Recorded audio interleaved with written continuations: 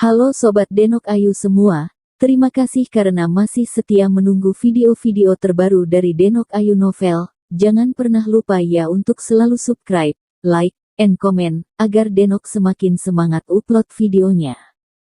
Bab 1169 Penambahan Proses.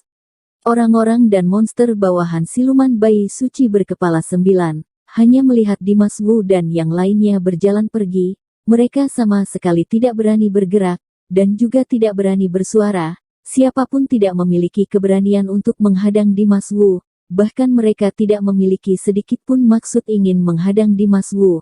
Pemimpin mereka siluman bayi suci berkepala 9 sudah mati. Mereka sudah tidak memiliki pemimpin, terlebih Iyagi, Dimas Wu sendiri yang membuat siluman bayi suci berkepala 9 ketakutan hingga bersedia untuk bunuh diri. Sehingga siapa yang berani mengusik orang seperti itu? Saat ini, semua orang ingin Dimas Wu segera pergi, dan tidak mencari masalah Iyagi dengan mereka. Dimas Wu membawa Dreamy Du dan yang lain, berjalan ke gunung di ruangan ini. Mereka tidak berkelok-kelok melalui puncak gunung, tetapi langsung datang ke lereng gunung di mana gerbang istana berada. Setelah melalui sihir gerbang ini, maka mereka akan masuk ke ruangan selanjutnya, tetapi Dimas Wu tidak langsung masuk. Dia berdiam di depan gerbang, menatap gerbang tersebut beberapa saat, kemudian, dia mengeluarkan seluruh senjata suci yang berada pada dirinya, dan masuk ke dalam pemikiran yang dalam. Dreamy Du merasa ada yang aneh dari ekspresi Dimas Wu, dan menjadi merasa bingung. Sekarang seluruh senjata suci telah di tangan mereka, ingin melewati ruangan ketiga ini. Seharusnya sudah bukan masalah lagi, kemenangan sudah berada di depan, tetapi kenapa Dimas Wu sedikit pun tidak terlihat senang, tetapi terlihat begitu tertekan seperti itu. Dreamy Du tidak mengerti, kemudian dia bertanya pada Dimas Wu dengan suara yang pelan, ada apa? Dimas Wu menatap senjata suci di tangannya dengan tertekan, kemudian perlahan berkata, senjata suci yang kita dapatkan sendiri, ditambah dengan senjata suci yang direbut dari siluman bayi suci berkepala 9, totalnya hanya ada 8. Setelah mendengarnya, ekspresi Dreamy Du berubah. Dia sedikit mengerutkan alisnya, dan berkata, kita sudah mencari ke semua ruangan. Aku mengira bahwa, selain 2 senjata suci yang kita temukan, sisanya sudah diambil semua orang siluman bayi suci berkepala 9. Tidak disangka, dia hanya memiliki 6 buah senjata suci, dan jika kita ingin melewati ruangan ini, kita membutuhkan 9 senjata suci. Tetapi mengapa bisa kurang 1 buah? Dimas Wu mengerutkan alis dan berpikir. Setelah beberapa saat, dia dengan perlahan baru berkata, sebelum kita masuk ke dalam ruangan 9, kita membutuhkan energi Raja Monster dan Blood Dragon Knife, baru dapat membuka cahaya gerbang. Saat itu aku berpikir, tidak mungkin siluman bayi berkepala 9 tidak mungkin masuk ke ruangan ke-9, sehingga dapat dikatakan, dia sama sekali tidak dapat mengambil senjata suci di ruangan ke-9 ini. Oleh karena itu, kekurangan kita sekarang, seharusnya adalah senjata suci di ruangan ke-9 ini. Tetapi, kita sudah memeriksa ruangan ke-9 ini dengan teliti, dan senjata suci di sana sudah tidak ada. Dreamy Du dengan bingung berkata. Benar, ini juga yang membuatku tidak mengerti. Senjata suci di ruangan ke-9, kenapa menghilang, sekarang ada di mana dia?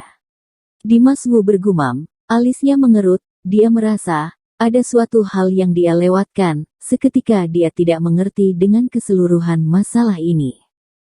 Dreamy Du juga terlihat bingung, alisnya mengerut. Dia dengan sangat tertekan berkata, jika kita ingin melewati ruangan ini, maka kita harus mengumpulkan 9 senjata suci, tetapi sekarang kita tidak tahu apa-apa tentang senjata suci yang terakhir. Ruangan ke-9 tersebut, sudah sangat jelas, membutuhkan 2 syarat yang sangat penting baru dapat membuka cahaya gerbang. Tetapi setelah kita susah payah masuk ke dalam, di dalam sana tidak ada sama sekali petunjuk. Patung Raja Monster di sana tidak ada apa-apa. Senjata suci juga menghilang. Sebenarnya siapa yang dapat mengambil senjata suci tersebut? Dimas Wu mendengar ucapan Dreamy Du, pikirannya menjadi semakin cepat. Dia kembali mengingat segala sesuatu di dalam ruangan ke-9 tersebut. Setiap utas, Setiap detail kecil, setiap hal di dalam ruangan besar tersebut, semuanya tidak berhenti terputar di dalam pikiran Dimas Wu. Satu persatu gamarap muncul, Dimas Wu sembari mengingatnya kembali, sembari berpikir. Setelah beberapa saat, kedua mata Dimas Wu tiba-tiba berkilau. Dia tiba-tiba teringat, di dalam ruangan 9 yang dipenuhi oleh cermin tersebut, jika dia menggerakkan jarinya, dia sudah dapat dengan mudah mengendalikan ruangan yang lain melalui cermin tersebut. Tetpai Dreamy Du tidak dapat melakukannya.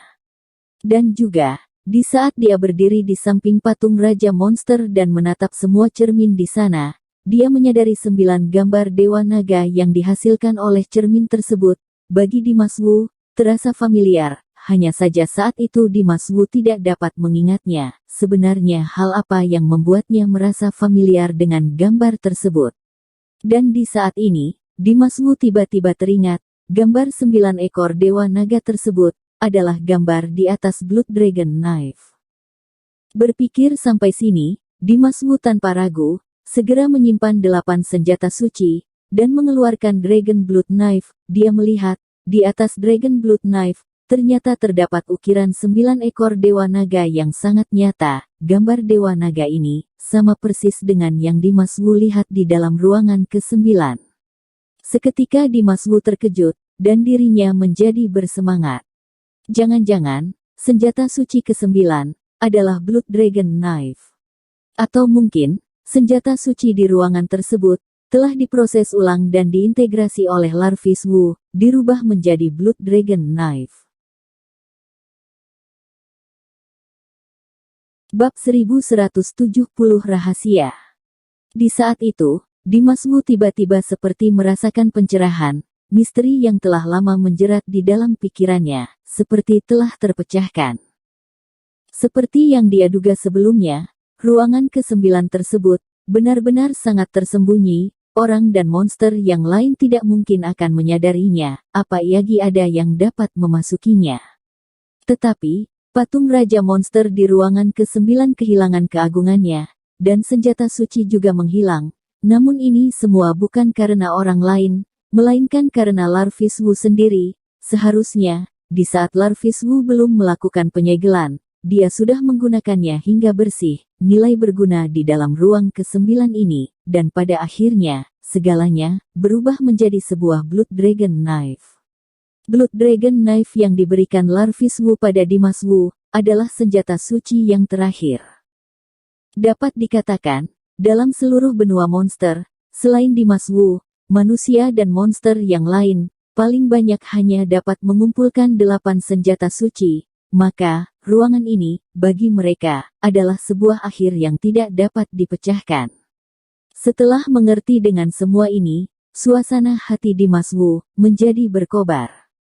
Dia sangat bersemangat, terlebih Yagi terkejut pada kekuatan sihir, dan firasat kuat milik Larvis Wu.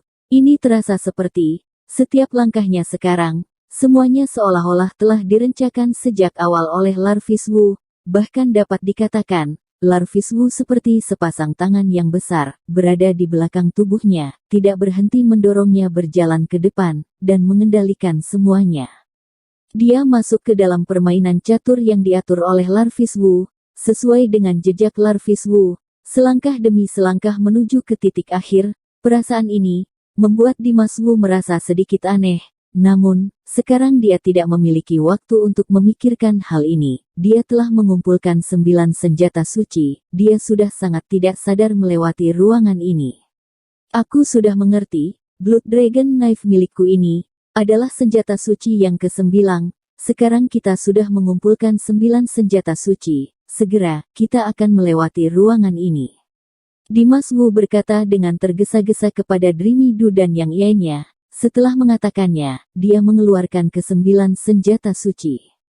Setelah Dreamy Du dan yang lainnya mendengar ucapan Dimas Wu, wajah mereka seketika bersinar, satu persatu dari mereka menjadi bersemangat. Setelah berkenala begitu lama, mereka akhirnya memiliki kesempatan untuk melewati tingkatan ketiga ini. Bagaimana hal ini tidak membuat mereka merasa senang?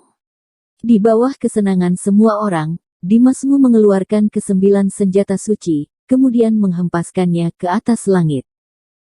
9 senjata suci melayang ke atas langit, kemudian berdiam di atas langit. Setelah 9 senjata suci melayang di atas langit, 9 senjata suci tersebut memancarkan cahaya emas yang sangat berkilau.